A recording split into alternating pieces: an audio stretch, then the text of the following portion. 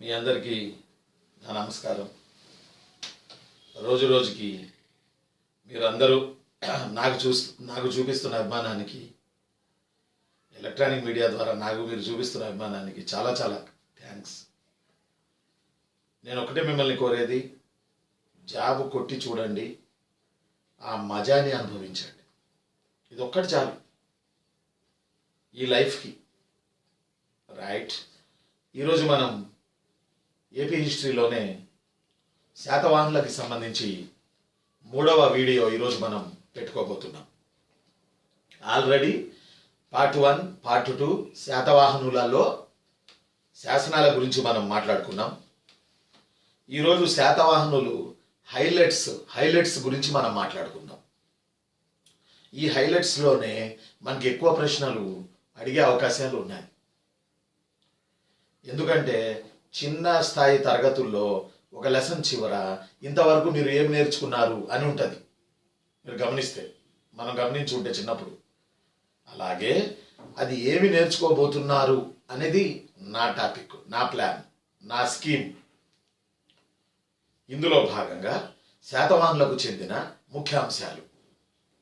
మీరు అట్లా వెళ్తున్నారు అనుకోండి, ఎవరైనా సడన్గా మిమ్మల్ని ఆపి, ఏమయ్యా శాతవాహనుల గురించి 4 ముక్కలు చెప్పు, మేడం గారు శాతవాహనుల గురించి 4 ముక్కలు చెప్పండి అని అంటే మీరు ధన ధన ధన ధన చెప్పగలగాలి. వాళ్ళ ముఖం మీద కొట్టినాడు చెప్పగలగాలి. రైట్. మరి శాతవాహనులకు సంబంధించి హైలైట్స్ ఏంటి? నెంబర్ 1, మీరు సాధారణంగా చరిత్రలో, భారతదేశ చరిత్రలో, ప్రపంచ చరిత్రలో క్రీస్తు పూర్వంలో పుట్టిన రాజ్యాలు క్రీస్తు పూర్వమే చనిపోయాయి. క్రీస్తు శకంలో పుట్టిన రాజ్యాలు క్రీస్తు శకంలోనే చనిపోయాయి. కానీ క్రీస్తు పూర్వం, క్రీస్తు శకం కూడా కొనసాగిన ఏకైక రాజ్యం శాతవాహన సామ్రాజ్యం. ఎస్, ఇలా ఎక్కడ ఉండదు చరిత్రలో ఇలా ఎక్కడ ఉండదు. శాతవాహన రాజ్యం క్రీస్తు పూర్వం 211లో మొదలై క్రీస్తు శకం 257లో ముగిసింది. అంటే ఇంచుమించు 450 ఏళ్ళు శాతవాహన రాజ్యం నడిచింది. ఉత్తరాన ఇలాంటి రాజ్యం ఏదన్నా ఉందంటే లేదు. మౌర్యులు క్రీస్తు పూర్వంలోనే పుట్టారు, క్రీస్తు పూర్వంలోనే పోయారు. ఫర్ ఎగ్జాంపుల్, ఉత్తరాన మౌర్యులు క్రీస్తు పూర్వం 300. ఫర్ ఎగ్జాంపుల్, ఉత్తరాన గుప్తులు క్రీస్తు శకం 300. కానీ శాతవాహనులు మాత్రం క్రీస్తు పూర్వంలోనూ ఉన్నారు, క్రీస్తు శకంలోనూ ఉన్నారు. ఇలా ఉండడం ఒక అరుదైన విషయం, ఒక సంధి కాలపు విషయం. ఇలా ఉన్న ఏకైక భారతదేశంలోనే రాజవంశం, వీఆర్ వెరీ క్లియర్, శాతవాహనులు. ఇది ఎలా అడుగుతుందంటే ఎగ్జామ్లో, క్రీస్తు పూర్వం, క్రీస్తు శకం 2 యుగాలను చవి చూసిన వంశమేది ఆంధ్రుల చరిత్రలో, తెలంగాణ చరిత్రలో అని అడిగితే మీరు శాతవాహనులు అని ఆన్సర్ చేయాలి. రైట్. ఇదొక హైలైట్, ఇది చాలా ఇంపార్టెంట్ హైలైట్. ఇక రెండోది, శాతవాహనులకు సంబంధించి 2వ హైలైట్, మనం అందరం అనుకున్నట్టుగా శాతవాహనులు బ్రాహ్మణులు. ఒక ఎగ్జామ్లో బ్రాహ్మణుల, క్షత్రియుల, వైశ్యుల, శూద్రుల అని అడిగాడు. శాతవాహనులు బ్రాహ్మణులు, no doubt in this topic, in this Satavahana dynasty.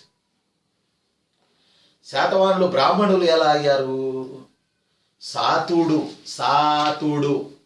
అనే ఒక బ్రాహ్మణ బాలుడిని ఆంధ్రులు పెంచుకున్నారు. అతను ఆంధ్ర శాతవాహన అయ్యాడు, ఆంధ్ర శాతవాహన అయ్యాడు. ఆ శాతవాహనే శాతవాహన అయింది. అతను బ్రాహ్మణ బాలుడు, సాతుడు అని ఆయన. శాతవాహన వంశానికి మూల పురుషుడు శ్రీముఖుడి కన్నా ముందు. రైట్. ఈ విషయం నేను చెప్పట్లా, రవి సార్ చెప్పట్లా. సోమదేవయ సూరి రాసిన కథ సరిత్స గారం. సోమదేవయ సూరి రాసిన కథ సరిత్స గారం అనే పుస్తకంలో ఈ విషయాన్ని చెప్తా ఉన్నారు. సాతుడు అనే బ్రాహ్మణుల నుంచి శాతవాహనులు మొదలయ్యారు. సాతుడు అంటే ఒక బ్రాహ్మణ భార్యాభర్తలకి పుట్టినట్టు, మునివర్యులకి పుట్టినటువంటి బాబు అని చెప్పి మనకి సోమదేవయ సూరి రాసిన కథా సరిత్సాగారంలో రాసి ఉన్నది. కాబట్టి శాతవాహనులు బ్రాహ్మణులు బాగా గుర్తుపెట్టుకోవాలి. ఇది according to that book Somadevayya Suri రాసిన కథా సరిత్సాగారం ప్రకారం శాతవాహనులు బ్రాహ్మణులు. వాడు బ్రాహ్మణుల, క్షత్రియుల, వైశ్యుల, శూద్రుల అని అడుగుతాడు. అప్పుడు మీరు బ్రాహ్మణులు అని పెట్టండి. మీకు ఒక విషయం తెలుసో లేదో, తెలంగాణని కానీ ఇటు ఆంధ్రాని కానీ ఏలిన మొదటి రాజవంశం శాతవాహనులు బ్రాహ్మణులు కాగా, రెండవ రాజవంశం ఇక్ష్వాకులు క్షత్రియులు. ఆ తర్వాత వచ్చిన ఆనందగోత్రులు, బృహత్పలాయనులు, శాలంకాయనులు, ప్రాచీన పల్లవులు, విష్ణుకుండినులు బ్రాహ్మణులు. తర్వాత క్షత్రియులు అనే సిస్టమ్, శూద్రులు అనే సిస్టమ్ మనకు మొదలైందిలేండి పరిపాలనలో. కాబట్టి రెండవ హైలైట్ ఏంటంటే శాతవాహనులు బ్రాహ్మణులు, మర్చిపోకండి. రైట్. ఇక మూడవ హైలైట్ ఏంటంటే శాతవాహన రాజుల ప్రధాన విధి అన్నాడు అనుకోండి, ఏముందిరా ఇది సింపుల్గా అడిగాడు పెట్టేయచ్చు అని అనకండి. ఇలా అనటానికి వీల్లేదు. మనం ఇలా ఎందుకు ఇట్లా ఎటకారంగా అంటున్నామంటే, శాతవాహన రాజు ప్రధాన విధి అంటే ఆయ్ బాబోయ్ ఏముంటుందండి, ఏముంటుంది చెప్పండి. అందులో శాతవాహన రాజు ప్రధాన విధి అంటే దుష్ట శిష్ట రక్షణ, లేకపోతే ప్రజల ధనమాన ప్రాణాలు కాపాడటం. ఇంతకన్నా ఏముంటది రాజన్నాక, రాజు ఫంక్షనింగ్ అన్నాక? నో నో, శాతవాహన రాజు ప్రధాన విధి ఇది కాదు. ఇవి వాళ్ళ విధుల్లో ఉండొచ్చు, అవి తర్వాత ఆప్షన్స్. అవి ఏవి? లా అండ్ ఆర్డర్, ప్రజల్ని కాపాడడం, దుష్ట శిష్ట రక్షణ చేయడం, ఇవన్నీ ఆ తర్వాత స్టోరీలు. బట్ శాతవాహన రాజుల ప్రధాన విధి లేదా ప్రధాన బాధ్యత లేదా ప్రధాన ఫంక్షనింగ్ అని అంటే వర్ణాశ్రమ ధర్మాలు కాపాడడం. ఇది ఆన్సర్ చేయాలి మీరు. నిజంరా చెల్లెమ్మా, నిజంరా, వర్ణాశ్రమ ధర్మాలను కాపాడడం.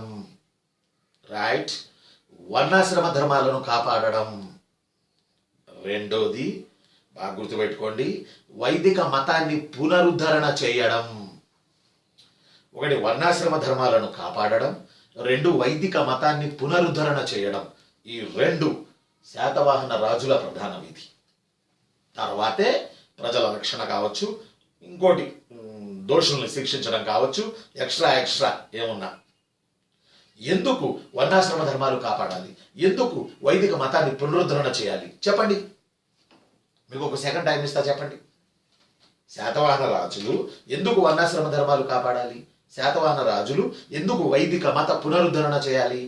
చెప్పండి, నాకు వినపడుతుంది, చెప్పండి ప్లీజ్. నేను చెప్పనా? వాడు బ్రాహ్మణులు కాబట్టి. అయిపోయి, వాడు బ్రాహ్మణులు కాబట్టి. ఇది కాన్సెప్ట్ అంటారు దీన్ని. వాడు బ్రాహ్మణులు కాబట్టి. ఎస్, వాళ్ళు బ్రాహ్మణులు కాబట్టి.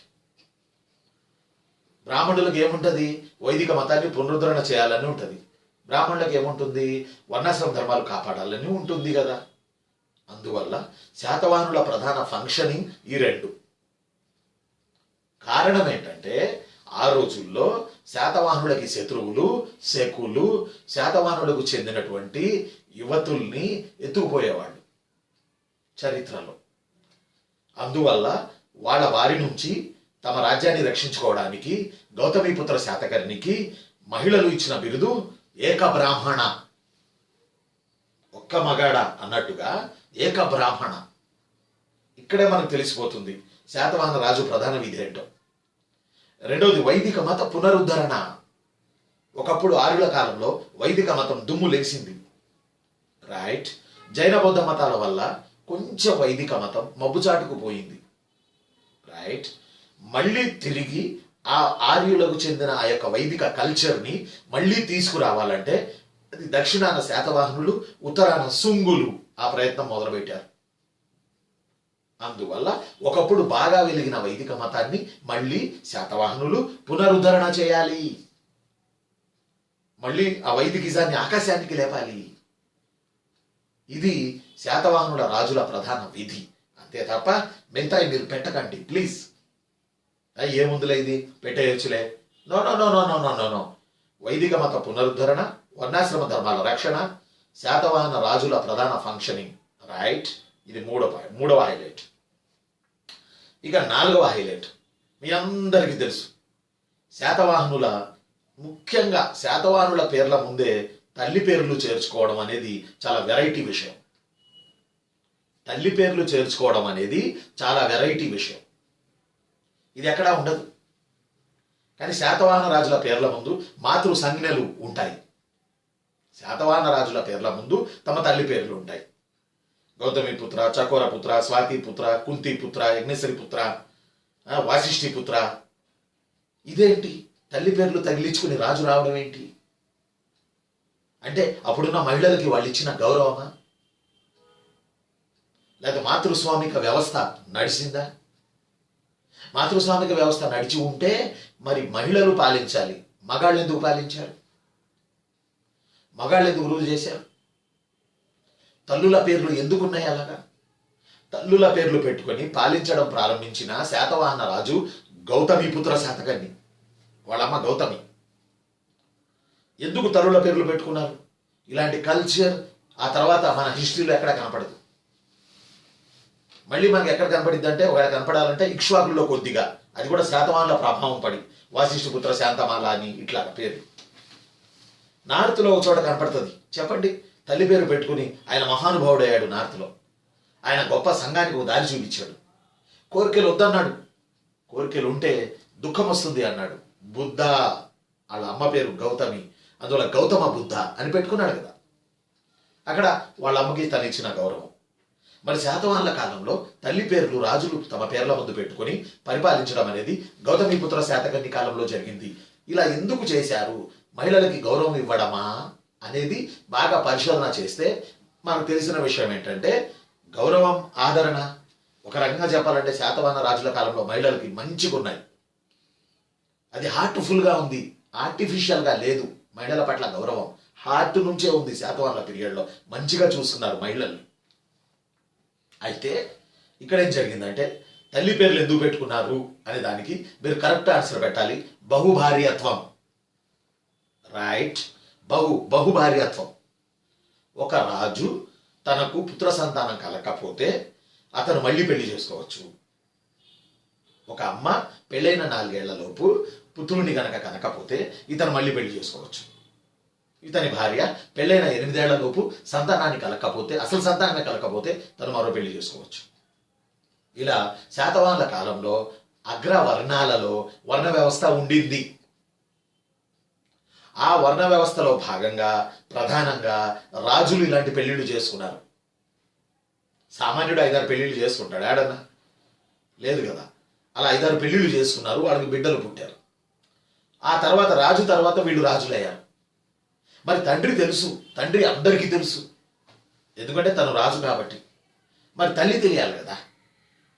ఆయన రాజు అయిన కాడ నుంచి జనాల్లో ఒక డౌటు, ఈయన ఎవరికి పుట్టాడురా, ఈయన ఏ రాణికి పుట్టాడు, ఏ పట్టమహిషికి పుట్టాడు ఈయన అనేది జనాల్లో చర్చోపచర్చలు జరిగాయి. అందువల్ల ఆ చర్చోపచర్చల నుంచి బయటపడేయడానికి ఈ గొడవంతా ఎందుకురా బాబని తను రాజ్యానికి వచ్చేటప్పుడే రాజు వాళ్ళ అమ్మను చూపించేవాడు, వాళ్ళ అమ్మ పేరు పెట్టుకుని వచ్చేసేవాడు. అందువల్ల తల్లుల పేర్లు పెట్టుకోవడం, మాతృ సంజ్ఞలు పెట్టుకోవడం శాతవాహనుల పీరియడ్లో ప్రధాన కారణం బహుభార్యత్వం. బాగా గుర్తుపెట్టుకోవాలి. తర్వాత మీరు స్త్రీలకు విలువ గౌరవం అని కూడా మనం చెప్పుకోవచ్చు, తప్పులేదు. ఇలా పెట్టుకుని పాలించడం ప్రారంభించిన మొట్టమొదటి గొప్ప రాజు శాతవాహనులలో ఎవరు అని అంటే, చిన్నమ్మ గుర్తుపెట్టుకోవాలరా, గౌతమి పుత్ర శాతకర్ణి. రైట్.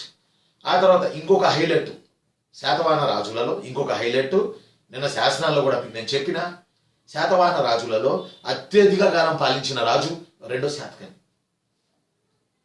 ఎక్కువ కాలం 5 ఏళ్లకే ఇప్పుడు మనం తట్టుకోలేకపోతున్నాం రాజకీయ నాయకుల్ని, పాలకుల్ని. 56 సంవత్సరాలు ఏలాడు 2వ శాతకర్ణి. 56 సంవత్సరాలు కళింగను వేశాడు.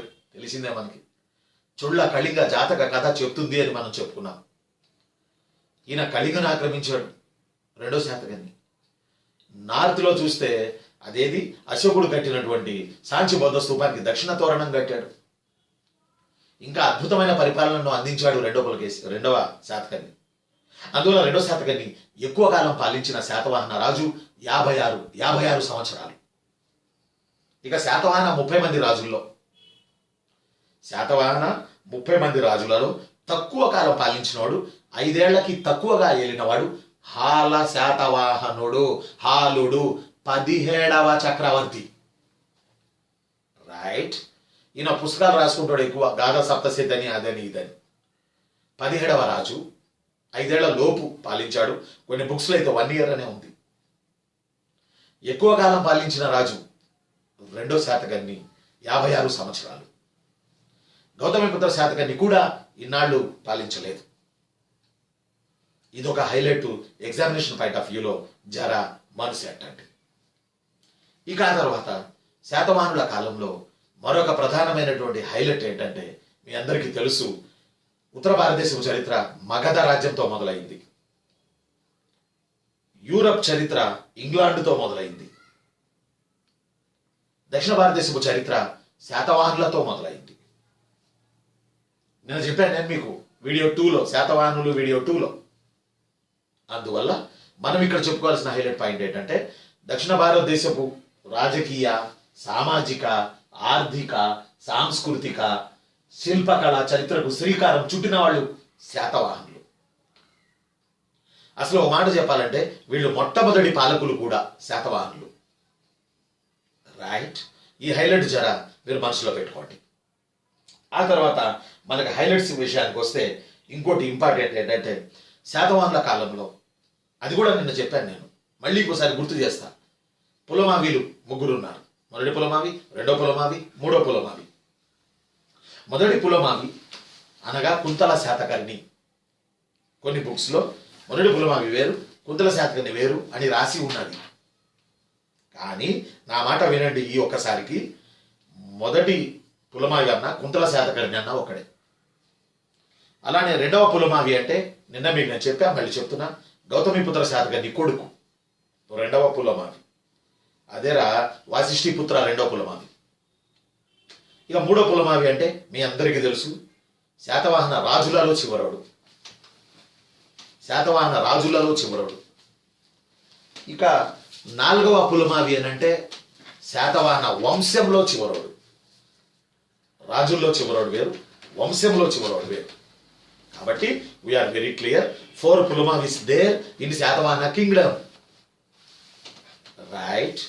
ఇక శాతవాహనుల కాలంలో ఒకే పేరు ఉన్నటువంటి వాళ్ళు, ఒక పేరు లాంటి వాళ్ళు 2 ఉన్నారు. ఒక పేరు లాంటి వాళ్ళు 2 ఉన్నారు. అతనే గౌతమిపుత్ర శాతకర్ణి కొడుకు వాసిష్ఠి పుత్ర 2వ పులమావి. అలానే యజ్ఞశ్రీ శాతకర్ణి సోదరుడు వాసిష్ఠి పుత్ర శాతకర్ణి. మళ్ళీ చెప్పనారా చెల్లెమ్మలు, తమ్ముళ్ళు, బాగా వినండిరా, ఉద్యోగాలు వస్తాయిరా, ఉద్యోగాలు వస్తాయి, లైఫ్ మారిపోద్ది. నిజం. బీపీ షుగర్లు ఉండవు, మంచిగా లైఫ్ గడపవచ్చు. కొద్దిగా కష్టపడండి. ఈ వయసులోనేగా మీరు కష్టపడేది. నాకు అర్థం కాదు, ఇంకెప్పుడు కష్టపడతారు? మీరు చేయాల్సిందే ప్రిపరేషను. దుమ్ము లేపండి. ఒక రూమ్లో కూర్చొని చక్కగా టైం టు టైం తినండి. బోర్ కొడితే సినిమాకి వెళ్ళండి, మళ్ళీ వచ్చి చదవండి, మళ్ళీ చదవండి. బోర్ కొడితే సబ్జెక్ట్ మార్చండి. పరీక్షలు మనకు ఉన్నాయి, మీరు ప్రిపేర్ అవ్వాలి. ఎలక్షన్లు అని వాటిల్లో పడి తిరక్కండి. మనకి ఎవరు అన్నం పెట్టరు, మన ఉద్యోగం చేసుకుంటేనే మనకు అన్నం. ఏ రాజకీయ నాయకుడు మన పోషించరు, ఇది గుర్తుపెట్టుకోండి. సరే, మళ్ళీ మనం మ్యాటర్కి వద్దాం. శాతవాహనుల కాలం నాటి హైలైట్స్ గురించి మనం మాట్లాడుకుంటున్నాం. ఈ హైలైట్స్లో శాతవాహనులలో మనకి ఇంకొక హైలైట్ ఏంటంటే, ఇందాక మనం చెప్పుకున్నాం, కుంతల శాతకర్ణి అన్న మొదటి పులమావి అన్న ఒకటే అని చెప్పాం కదా. రైట్. ఈ కుంతల శాతకర్ణి మగధను ఏలి పాలించాడు. మగధను పాలించాడు కుంతల శాతకర్ణి లేదా మొదటి పులమావి. ఇది ఎంత గొప్పదో తెలుసా? మన తెలుగు వాళ్ళు అమెరికాను ఆక్రమించుకుంటే ఎట్లా ఉంటుంది? అది చేయగలమా మనం ఆ పని? నో, చేయలేం. సాఫ్ట్వేర్లో దుమ్ము లేపుతున్నాం మనం అమెరికా వెళ్ళి. అమెరికాను ఆక్యుపై చేయడానికి చేయలేంగా. కానీ మన తెలుగోళ్ళు, మన ఆంధ్రులు మగధను ఆక్రమించుకున్నారు, ఉత్తర భారతదేశాన్ని ఆక్రమించుకున్నారు. అక్కడ రాజులయ్యారు. బీహార్లో పాట్నాలో రాజులయ్యారు. అలా మగధను ఆక్రమించుకొని కొంతకాలం శాతవాహన రాజ్యాన్ని అఖిల భారత సామ్రాజ్యంగా మార్చినవాడు మొదటి పులమావి లేదా కుంతల శాతకర్ణి. రైట్, నాతో డిబేట్కు దిక్కండి. ఎందుకంటే శాతవాహనులు టాపిక్ వరకు నేను చెప్పినట్టు వినండి. ఇక్ష్వాకుల కాడి నుంచి మీరు చెప్పినట్టు నేను వింటా. శాతవాహనులు చాలా కాంట్రవర్షియల్ అంశాలు ఉంటాయి. అందులో దయచేసి నేను చెప్పిన మాట విని చక్కగా రాసుకుని ఎగ్జామ్స్ రాయండి. ఉద్యోగాలు వచ్చిన వాళ్ళు 100 మంది ఉన్నారు, మీకు కూడా వస్తాయి. ఓకేనా చెల్లెమ్మా? ఓకేనారా? ఓకే అనండ్రా? Okay, thank you. కాబట్టి మనం ఏం చెప్తున్నాం అక్కడ? మగధను ఆక్రమించుకున్నాడు కుంతల శాతకర్ణి అని. అప్పటి వరకు శాతవాహన రాజ్యం దక్షిణ భారతదేశం వరకే ఉండేది. ఉత్తర భారతదేశాన్ని కూడా ఆక్రమించుకుని పాలించగలిగింది శాతవాహన రాజ్యం. అందువల్ల శాతవాహన రాజ్యం అఖిల భారత సామ్రాజ్యం అయింది కుంతల శాతకర్ణి కాలంలో. రైట్, ఇదొక హైలైట్. మరి ఏ శాతవాహన రాజు కాలంలో శాతవాహనుల అధికార భాష సంస్కృతం అన్నాడు అనుకోండి. అసలు మామూలుగా శాతవాహనుల అధికార భాష అయితే ప్రాకృతం. అయితే ఒకే ఒక్క రాజు కాలంలో శాతవాహనుల అధికార భాష సంస్కృతం. అదే కుంతల శాతకర్ణి కాలంలో. ఆ రోజుల్లో కుంతల శాతకర్ణి మగధను ఏలాడు గనక, ఆ రోజుల్లో మొదటి పులమావి లేదా కుంతల శాతకర్ణి మగధను ఏలాడు కనుక, ఆ మగధలో సంస్కృతం ఉంది గనక ఇతను సంస్కృతాన్ని పోషించక తప్పింది కాదు. దాని వెనక స్టోరీలు చాలా ఉన్నాయి. అందువల్ల ఏ రాజు కాలంలో శాతవాహన రాజ్యం అఖిల భారత సామ్రాజ్యంగా మారింది, మగధను సైతం ఆక్రమించుకుని పాలించింది? కుంతల శాతకర్ణి కాలంలో. అలానే అతను అక్కడికి వెళ్ళాడు కాబట్టి అక్కడ కొనసాగుతున్న భాష సంస్కృతం కాబట్టి ఇతని అధికార భాష కూడా సంస్కృతంగా తీసుకున్నాడు. ఒకే ఒక్క శాతవాహన రాజు, developed Sanskrit in Satavahana kingdom, his name Kuntala Satakarni or first Pulamavi. Right, ఇక ఇంకొక హైలైట్ చెప్తాను. శాతవాహనుల్లో 30 మంది రాజులు. ఈ 30 మంది రాజుల గురించి మత్స్యపురాణం చెప్తుంది. పురాణాలు గుప్తుల కాలంలో రాయబడ్డాయి. ఈ పురాణాల్లో విష్ణు పురాణం మౌర్యుల గురించి, వాయు బ్రహ్మాండ పురాణాలు గుప్తుల గురించి, మత్స్య పురాణం శాతవాహనుల గురించి చెప్తుంది. మత్స్య పురాణంలో శాతవాహనుల 30 మంది లిస్ట్ ఉంది. బాగా గుర్తుపెట్టుకోవాలి. మత్స్య పురాణంలో శాతవాహన రాజుల 30 మంది లిస్ట్ ఉంది. అయితే మన హిందూ ధర్మం ప్రకారం పెద్ద కొడుకు రాజవ్వాలి. అతను ఏదన్నా కానీ పెద్ద కొడుకు రాజవ్వాలి. రెండో కొడుకు సేనానిగాను, రెండో కొడుకు మంత్రిగాను ఉండాలి. పెద్ద కొడుకు రాజవ్వాలి. మరి శాతవాహన రాజులలో పాపం 30 మందిలో మనకి ఎక్కడ పెద్ద కొడుకు లాగానే రాజులు రాజ్యాలకు వచ్చారు తప్ప అంతర్యుద్ధం చేసుకుని రాజ్యానికి రాల. వాళ్ళలో వాళ్ళు తరచుగా ఘర్షణ పడి రాజ్యానికి రాల. నో నో నో నో దాదాపుగా హిందూ వంశాలలో ఇలాంటిది లేదు. పెద్ద కొడుకు రాజవ్వాలి కాబట్టి ఆల్రెడీ వేసేసారు శాసనం, అంతే. రాజమౌళి ముద్ర వేసేశారు అంతే, పెద్ద కొడుకే రాజవ్వాలి అని. కానీ శాతవాహన రాజులలో 30 మందిలో ఒకే ఒక్క రాజు తాను అధికారానికి రావడానికి తమ్ముడితో యుద్ధం చేయాల్సి వచ్చింది.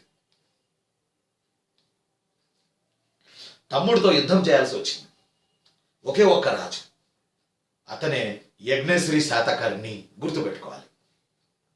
యజ్ఞశ్రీ శాతకర్ణి తన తమ్ముడు వాసిష్ఠిపుత్ర శాతకర్ణితో అంతర్యుద్ధం చేసి అతనిని ఓడించి శాతవాహన రాజ్యానికి రాజయ్యాడు.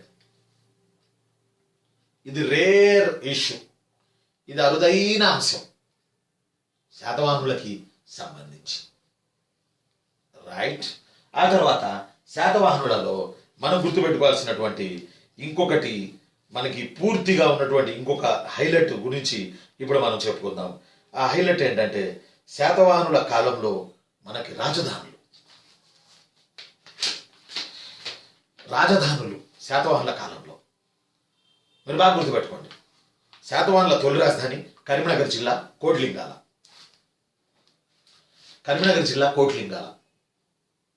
ఎవరు ఎన్నన్నా ఇది ఆన్సర్ మీరు పెట్టక తప్పదు. కరీంనగర్ జిల్లా గోదావరి నది ఒడ్డున కోటిలింగాల శాతవాహనుల తొలి రాజధాని. రైట్, శాతవాహనుల రెండో రాజధాని ధాన్యకటకం. అదేరా అమరావతి. శాతవాహనుల రాజధాని అమరావతి అని ఆడ ఉండదు, ఉన్నది కరెక్ట్ కాదు. ధాన్యకటకం అమరావతికి కొద్ది దూరాన ఉన్న ధాన్యకటకం శాతవాహనుల రాజధాని. ధాన్యకటకం లేదా ధరణికోట లేదా ధనకటకం దాని పేరు ఇప్పటికీ ఉందిగా. ధరణికోట, ధరణి మీద కోట. ధాన్యకటకం పంటలు బాగా పండే ప్రాంతం. ధనకటకం సొమ్ము బాగా ఉన్న ప్రాంతం, నాణ్యాలు బాగా ఉన్న ప్రాంతం, ధనం ఎక్కువగా ఉన్న ప్రాంతం. అందువల్ల ధనకటకం, ధరణికోట, ధాన్యకటకం అంటారు. It's a second capital city of Satavahanas. Right. Third one, శాతవాహనుల మూడో రాజధాని బాగా గుర్తుపెట్టుకోవాలి, మగధ. అదేరా కుంతల శాతకర్ణి కాలంలో మగధ. కుంతల శాతకర్ణి కాలంలో మగధ. శాతవాహనుల నాలుగవ రాజధాని గౌతమిపుత్ర శాతకర్ణి కాలంలో మహారాష్ట్రలోని పైఠాన్. మహారాష్ట్రలోని పైఠాన్. దానినే ప్రతిష్టానుపురం అంటారు. ప్రతిపాలపురం అనరు. ప్రతిపాలపురం అంటే భట్టిప్రోలు. అతి ప్రాచీనమైన దక్షిణ భారతదేశంలో బౌద్ధ స్తూపం ఉన్న ప్రాంతం భట్టిప్రోలు. దాని పేరు ప్రతిపాలపురం. మనం దాని గురించి చెప్పట్లే. ప్రతిష్టానుపురం గౌతమిపుత్ర శాతకర్ణి రాజధాని ఇన్ మహారాష్ట్ర. దానికి ఉన్న మరో పేరు పైఠాన్. పైఠాన్. రైట్. ఇక శాతవాహనుల చివరి రాజధాని, శాతవాహనుల చివరి రాజధాని కర్ణాటకలోని బళ్ళారి. కర్ణాటకలోని బళ్ళారి. కర్ణాటకలోని బళ్ళారి. ఇప్పుడు నా వరుసగా చెప్పండి ప్లీజ్. చెప్పండి వినపడుతుంది. ఈ చెవులో వినపడుతుంది, చెప్పండి. చెప్పనా మరి. శాతవాహనుల తొలి రాజధాని కరీంనగర్ జిల్లా కోట్లింగాల. రెండో రాజధాని ధాన్యకటకం లేదా ధరణికోట. మూడవ రాజధాని మగధ, ఉత్తర భారతదేశం. నాలుగో రాజధాని ప్రతిష్టానుపురం లేదా పైఠాన్, మహారాష్ట్ర. చివరి రాజధాని బళ్ళారి, కర్ణాటక. రైట్. ఇవి 5 శాతవాహనులకు చెందినటువంటి రాజధానులు. ఆ తరువాత శాతవాహనులలో మనం గుర్తుపెట్టుకోవాల్సిన ఇంకొక ఇంపార్టెంట్ హైలైట్ ఒకటి ఉన్నది. ఆ ఇంపార్టెంట్ హైలైట్ ఏంటంటే శాతవాహన రాజులు వర్ణాశ్రమ ధర్మాలు కాపాడారు, వైదిక మతాలను పునరుద్ధరణ చేశారు అని నేను ఈ వీడియో స్టార్టింగ్లో మీకు చెప్పడం జరిగింది. అయితే శాతవాహనులకు సంబంధించి మరొక ముఖ్యమైనటువంటి హైలైట్ ఏంటంటే తెలుగు భాష పునాది ఆది శాతవాహనుల కాలంలోనే పడింది. పునాది ఆది శాతవాహనుల కాలంలోనే పడింది. ఫర్ ఎగ్జాంపుల్ మీ అందరికీ చెప్పాను, అమరావతి శాసనం. తెలుగు పదం నాగబు ఏ శాసనంలో రాసి ఉంది? అమరావతి శాసనంలో రాసి ఉంది. తొలి తెలుగు పదాలు రాసి ఉన్న పుస్తకం ఏది అని అంటే శాతవాహన 17వ రాజు హాలుడు రాసిన గాథా సప్తశతిలో తొలి తెలుగు పదాలు రాయబడి ఉన్నాయి. ఆ రోజుల్లో తెలుగు పదాలను దేశీ భాష అన్నారు. దేశీ భాష నుంచే తెలుగు, కన్నడ పుట్టాయి. అత్త, దుత్త, గిత్త, పాడి, పంట, ఆవు అనే పదాలు గాథా సప్తశతిలో రాసి ఉన్నాయి. మీరు నన్ను అడగవచ్చు, సార్ గాథా సప్తశతి ప్రాకృత భాషలో రాసిరు కదా, మహారాష్ట్రీ ప్రాకృతంలో, మరి ఈ తెలుగు పదాలు ఆడి? ఎస్, శాతవాహనుల కాలంలో సామాన్య ప్రజలు మాట్లాడిన భాష దేశీ. ఈ దేశీ భాష నుంచే తెలుగు, కన్నడ పుట్టాయి. అందులో ఉన్న పదాలే గాథా సప్తశతిలో కూడా కొన్ని ఖండికలు దేశీ భాషలో రాశారు. మహారాష్ట్రీ ప్రాకృతమే కాదు, దేశీ భాషలో కూడా రాశారు. అందువల్ల తెలుగు తొలి పదం నాగబు శాతవాహన పీరియడే, తొలి తెలుగు పదాలు శాతవాహన పీరియడే పుట్టాయని మనం గర్వంగా, సగర్వంగా మనం చెప్పొచ్చు. శాతవాహనులకు సంబంధించి మరికొన్ని హైలైట్స్ వీలైతే రేపు ఈవినింగ్ ఇంకో వీడియో పెడతాను. ఇది వీడియో 3. మీరు బాగా గుర్తుపెట్టుకోండి, శాతవాహనులు దుమ్ము లేపండి. ఎందుకంటే ఎగ్జామ్స్లో పెద్ద టాపిక్, చాలా ఇంపార్టెంట్ టాపిక్. ఇంకోటి ఏంటంటే సబ్స్క్రైబ్ చేయడం మర్చిపోకండి. మరి మనం రేపు మళ్ళీ కలుద్దాం. ఇది శాతవాహనులు video 3. Good evening. Thank you very much.